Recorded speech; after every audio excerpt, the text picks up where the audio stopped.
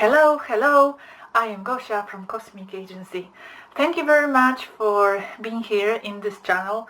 Thank you very much for watching all of the videos so far and for watching two last videos about Rachel's encounter with Eisenhower and her involvement with the real society.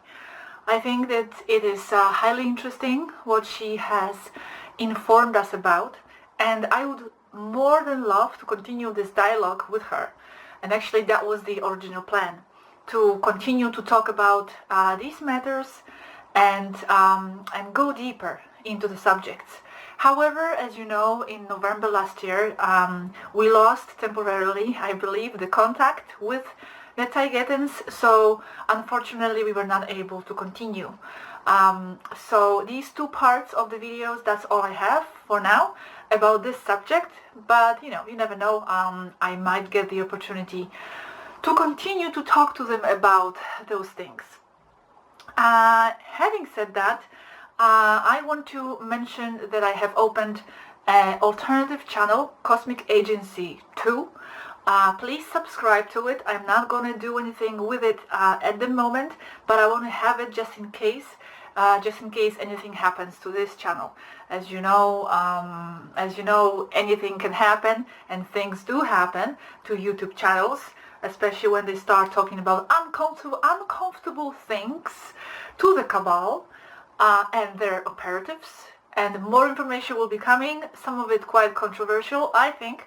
So I want to be prepared just in case. I don't want to call it out, but from the universe and manifest it. But it's there, Cosmic Agency 2. Please subscribe just in case this one disappears. What I do want to specify also is that the information given to us is specifically the information coming from the Taigetan Pleiadians. As you know, there are hundreds of different races. Even within Pleiades themselves, there are so many different angles and so many different societies and mindsets and cultures. I am just presenting the perspective of the Taigetan Pleiadians. I am not saying how, in some aspects, because in some aspects, yes, it's universal and applies to all races, but in some aspects, what I'm presenting applies to them, to this specific race, how they perceive things. Even though they are at the forefront, they are very involved with the human affairs, and they play an important role within the Federation, as I understand it. However, if you ever come across something else or another piece of information or different presentation of certain events, just keep that in mind, that it's given through the lens of the Taigetan perspective. This, by the way, in any way diminishes this perspective. As I said, they play an important role within the cosmic scheme of things. So their perspective, I deem it very important and relevant, and they do have access to the information and to the events. But as I said, if you come across another angle to something, just keep that in mind, that it's given through that specific race lens, how they understand things to be. So I only speak for the Taigetan Pleiadians. I just wanted to specify that. Also keep in mind that the communication that we've had with them is limited, was limited, in a way that it is limited to the chat. Some of you are still asking me how the communication took place. It's not channeled. That's very important. I will be stressing this point every now and then. It is not channeled information. It is a word-by-word live chat contact with them through the internet. So nothing is distorted. I present you with the information exactly as it was given. Sometimes if we spoke in Spanish, so all I have to do is just translate into English and vice versa, but I'm not changing anything. So the communication is limited first to the chat. Okay, we speak through the chat, and it's especially difficult for them because they are not used to this kind of communication. They are telepathic, even if they do use the language, they use it in a different way than we use the language. Their language is more conceptual. They speak with fewer words, but they charge those words with the interpretation, with the details. So if they say, I see the cat, we see in that sentence only I see the cat, but we don't know what kind of a cat, where I see the cat, etc. But when they say I see the cat, they load this sentence with all kinds of information about the cat, about where the cat was seen, what time of the day, where it was, etc. So it is important to keep that in mind, that they are very limited to transfer the ideas and the information because of it's a chat, because the limitation of the language itself. Also, it is not their native language, it is not our native language, it is not my native language. So we both are trying to present the information the best as possible and be as thorough with it as possible. But keep that in mind, that they are still much more than what is being presented. So don't limit your perception of how they are just to these videos and just to the way that I was able to present them. There is a larger presence behind them still. So having said that, I want to mention a few things that we were talking about some time ago. Just a few points here and there. I will talk about just a little bit about the illumination versus ascension. How did Swaruu actually perceive that? What is illumination? Also, I will mention something about the timelines, an interesting point about the timelines. I will mention something about ET agendas, one of their agendas for being here. And I will also mention some information about the holographic society, the society which is the model for their society. They live according to the holographic society model, and I will explain that a little bit, because later on I will make a whole new separate video about what is a holographic society. Okay, so let's start. The illumination. Actually, this was with Robert. Robert was in this conversation, and he asked, Swaruu, can you tell us what is the difference between illumination? Is it the same as ascension? So this is what she says. It is a mental state. Illumination. It can be compared, or in many cases it is said, to be the ascension itself. In the first place, you cannot give the state illumination a definition, because at the moment in which you try to define it, it is not that. It escapes the definition. It goes beyond words. It exceeds words and even exceeds telepathically transmissible concepts. So cannot be even transferred telepathically what the illumination really is. And especially because it is something that is lived and is particular to each person. It is different for everybody, and the route to get there will be different for everybody. For that particularity and unrepeatability, it is said that mystical experiences are something private and should not be shared, much less imposed as a rule to follow. The illumination and the way to get there is different for everybody. This goes for all these gurus out there who sometimes teach their ways to the illumination state, where in fact, as Swaruu says, that will be different to everybody. It will mean something different to everybody, and how to get there will also vary from one person to another.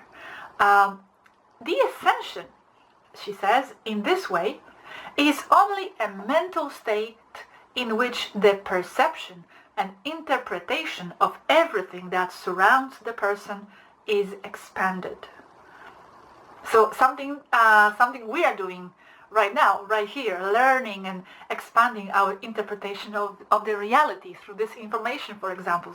We are already on the ascension process by expanding our minds, being exposed to all these different ideas that I'm sharing with you through these videos and other videos that you find out there, of course. This is not the only channel that gives interesting stuff out. So she continues, after all, reality is only a personal and particular interpretation of the individual. By understanding reality, worldly needs are transcended. Resistance to them is stopped. That is an interesting point. By understanding more and more about reality, worldly needs are transcended, but resistance to them is stopped. It is an understanding of reality where rules and socially accepted explanations are left behind. The laws of physics, and everything else. So, a highly enlightened person does not stop washing dishes and going out to cut wood to survive a harsh 3D winter. But the person already ascended and has only stayed to finish his life cycle in 3D. So being on the ascension process and being even illuminated does not eliminate you from interacting with the 3D reality and the things that you still need to attend to. It doesn't negate those 3D elements. You are just transcending them. You are not attached to them, but you don't resist them in any way. You can even use them as tools to further your ascension and further your transcendence. Now, let's talk a little bit about the timelines. Just a little bit, an interesting fact that Swaruu mentioned. As you know, yes, there are so many different timelines happening at the same time, and whether you ascend or not into the 5D will depend on you. It's not a collective event. It's an individual event. In a way, as she explains here, Earth will always remain 3D, and it will always be in 5D at the same time. The progression to 5D, that's important, the progression to 5D is only a particular point of view or of a group of individuals. It is not linear. It just seems like it's linear. We are progressing now into 5D. No, it's all happening at the same time. The Earth already is in 5D, and it already is in 3D, of course. In the same way that the universe is not expanding, the scientific explanation behind this will be given at some point in the future.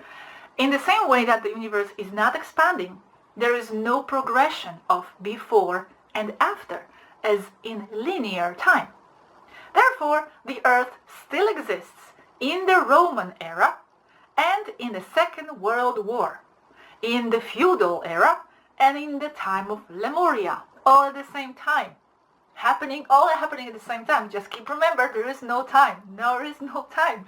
So if there is no time, and we already assume that and we accept that, then we have to go beyond the linear, logical, rational thinking of 3D, that it somehow goes in a progressive way. No, it doesn't. It all happens at the same time. It is only the consciousness of the one who experiences being there that gives him or her an illusion of linearity. You can reincarnate from the 21st century to the Roman era.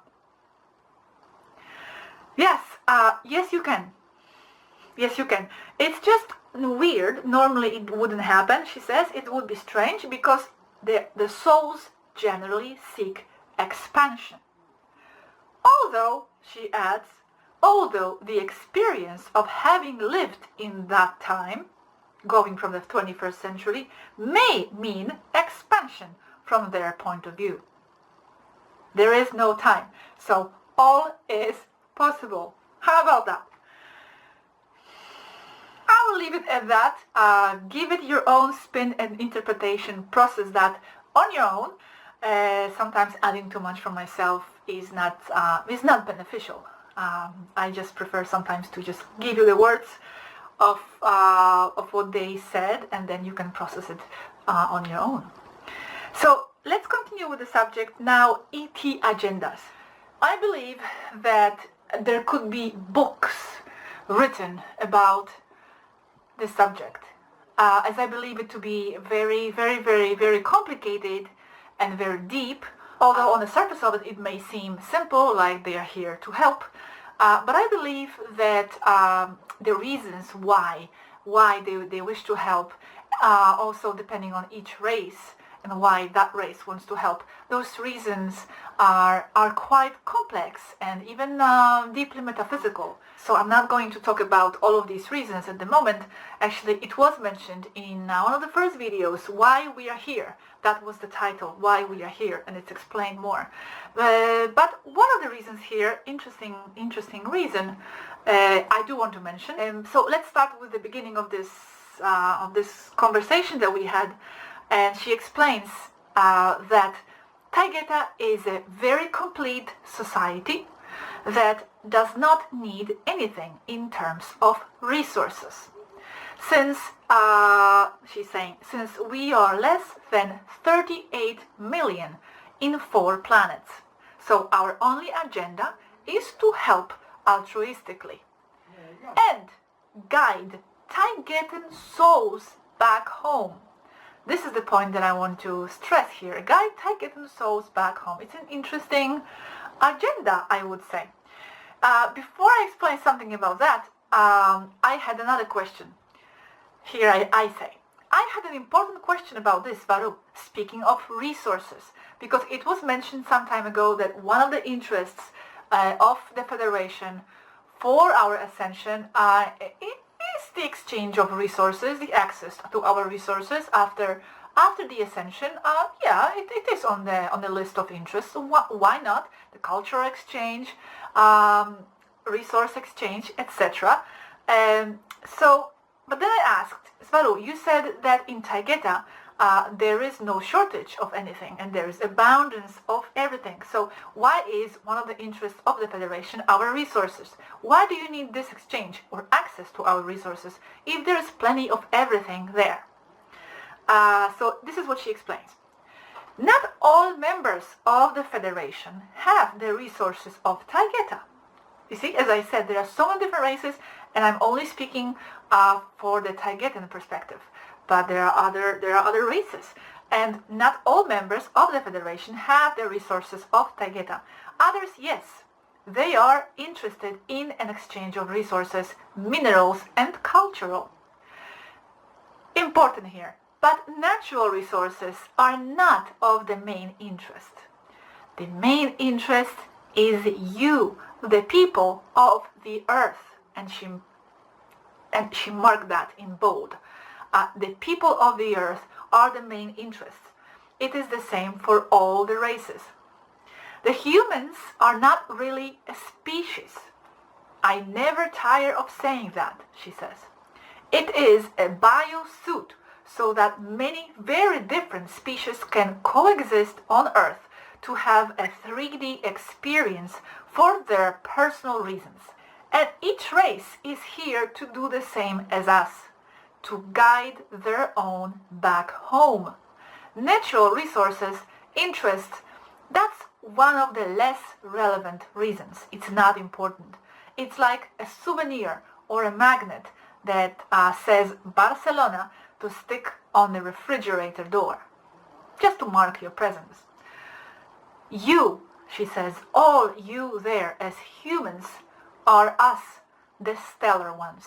And we are here for you, to guide you back home.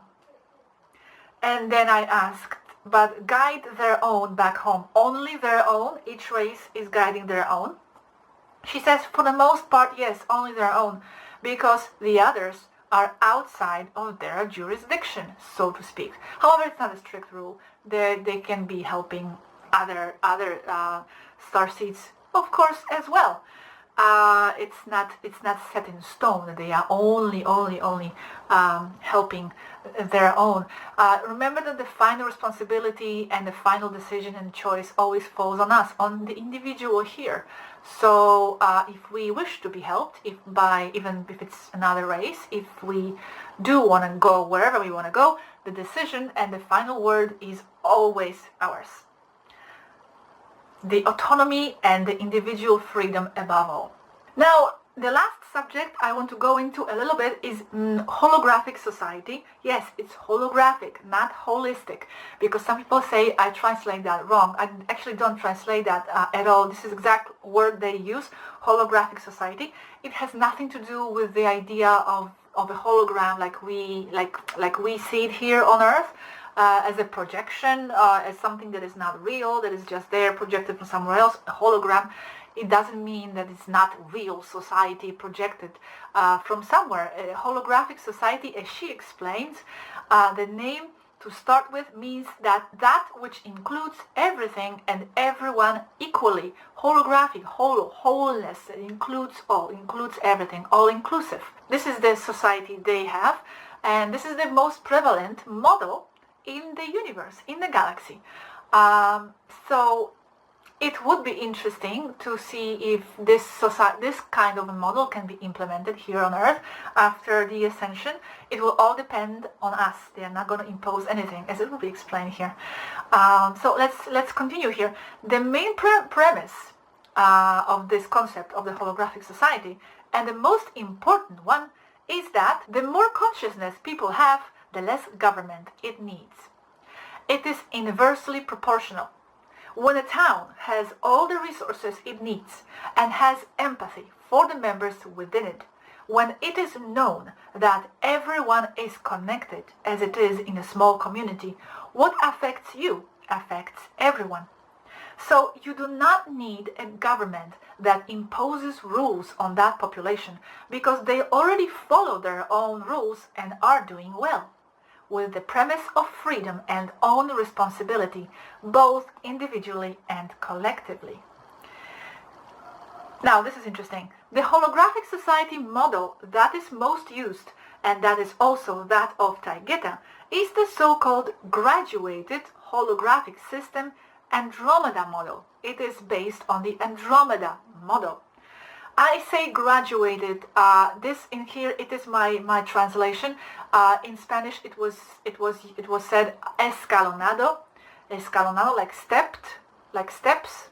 But I feel it is quite appropriate. Graduated holographic system, Andromeda model.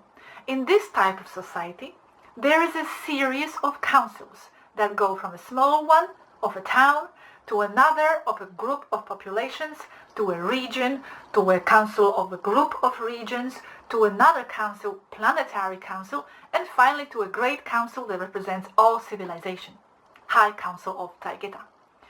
Anyone can be a member of this council, even children, as they often contribute very wisely with their ideas. Just as a fun fact, I think I did mention that, at the age of 13, more or less, they all recover their memories, their memory of who they are, their previous incarnations, etc. So I asked, is the holographic society prevalent in the universe? She says, yes, there are variants, but the most accepted is the graduated Andromeda model. And here I also asked, is this the one that you will introduce on Earth? She says, no, we will not introduce it because it would be imposition. They are very, very, very careful all the time about not interfering and not imposing anything. They are so careful about that. Even with us, with our interaction. It's amazing how respectful they always are, and never try to impose, even with the schedules, like work schedules. We don't want to impose, we don't want to interfere. We always have to assure them that no, you're not imposing, we respect that. Even when they present an idea that might seem contradictory to what we believe, they always are worried about that, and that we don't want to impose our opinions on you, or our thoughts, or our perspectives. And we always have to assure them, no, we appreciate, we want the information, we want your perspective, we want to know what you know. It's not the imposition. They are very, very respectful. So they say, we will not introduce it because it would be imposition. We can only offer. That's always their word, offer. We can only offer the alternative. Not everyone will have the ability to understand how this model of the society works. Well, I hope that we do grasp the idea once the time comes, and we can implement it, because it is a nice concept. It is a nice concept where everyone contributes according to their passions, according to what drives them in life and what their talents are. There is a mutual respect for everybody and for everybody's opinion. In the council, when there is a debate about the subject, they usually sit around a round table or in a circle facing each other, always seeing each other's faces, and they discuss until, reaching the agreement. And even if there is no agreement, usually there is, as according to what she said. But even if someone wants to be a rebel and do something else, as long as it doesn't hurt or harm others, any third parties, and doesn't interfere with nature, they can do what they want. They are very, very, very individualistic society. Well, with this, I'm gonna finish. The next video will be about the nature of the soul. Nature of the soul. Stay tuned, because as I always say, this is just warming up. It's going to be quite interesting in the coming weeks and months, and maybe even years. Who knows? That's my feeling. So stay with the channel and let's keep learning and expanding and ascending. We are all on the same boat here. It's exciting times. Thank you very much for watching, and I will see you in the next video. Thank you. Bye bye.